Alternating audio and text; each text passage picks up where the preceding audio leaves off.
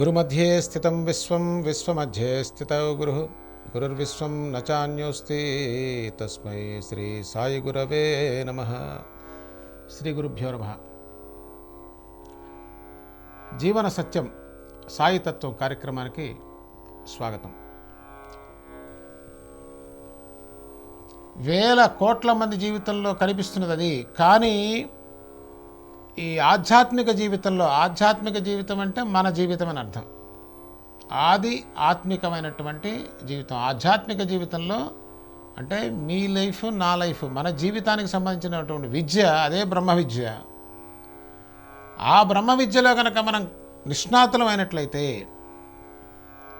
సర్వశాస్త్రాలు చెప్తున్నది ఒకే అంశం, నీవెవరో నువ్వు తెలుసుకున్నట్లయితే, అదే మహాత్ముల యొక్క జీవితం యొక్క పరమార్థం కూడా. వాళ్ళు చూసింది కూడా అదే, వాళ్ళు ఒకవేళ చెప్పి ఉంటే చెప్పింది కూడా అదే, రెండోది లేదు.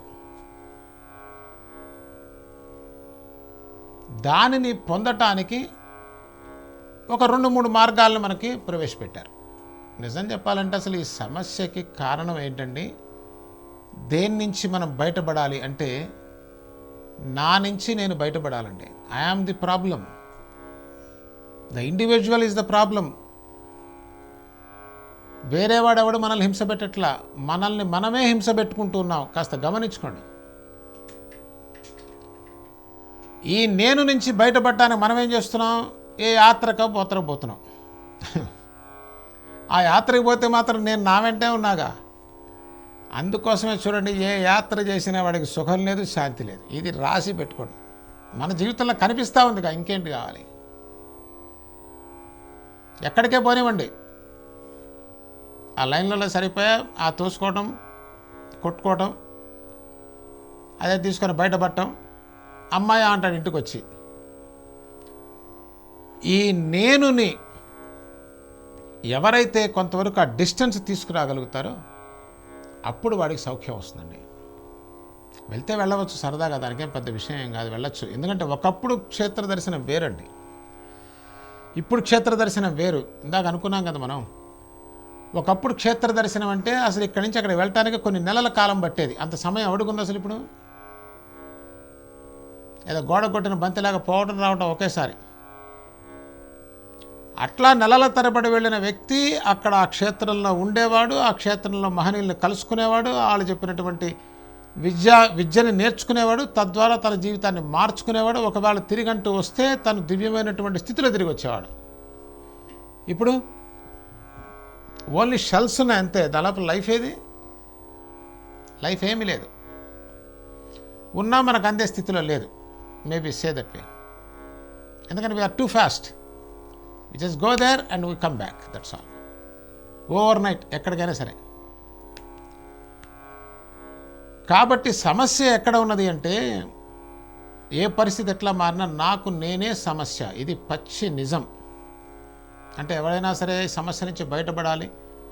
సాయి సచ్చరిత చదివితే ఏమవుతుంది, భగవద్గీత చదివితే ఏమవుతుంది, భారతం, భాగవతం, రామాయణం, ఉపనిషత్తులు ఏమి చదివినా జరగవలసింది ఏంటంటే ఒకటే, you are the trouble maker.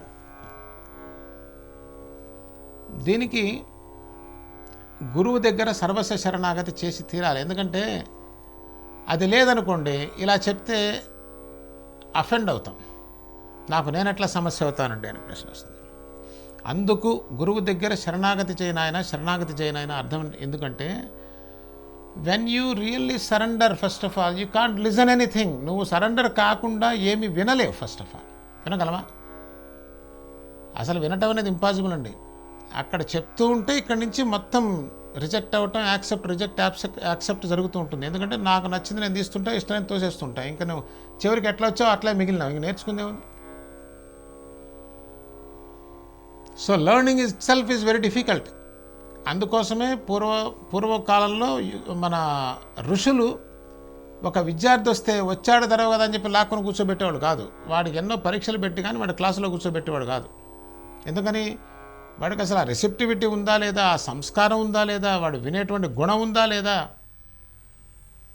ఈ లక్షణాలు లేనప్పుడు నిర్మోహమాటంగా వీళ్ళు రిజెక్ట్ చేసేవాళ్ళు. ఎందుకంటే ఇట్స్ నో యూజ్ సంగతి తర్వాత పెట్టండి, వాడి వల్ల న్యూసెన్స్. మళ్ళీ వచ్చే కార్యక్రమంలో అనేక విషయాలతో కలుద్దాం.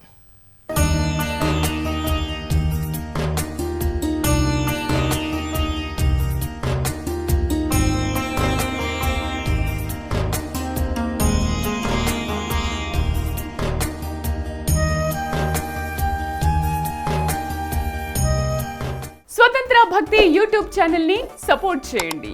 మీకు ఈ వీడియో నచ్చితే లైక్ చేయండి, మీ స్నేహితులకు శ్రేయోభిలాషులకు షేర్ చేయండి, మీ అభిప్రాయాలను కామెంట్ చేయండి. సబ్స్క్రైబ్ చేయడం మాత్రం మర్చిపోకండి. స్వతంత్ర భక్తి YouTube channel. Please like, share and subscribe.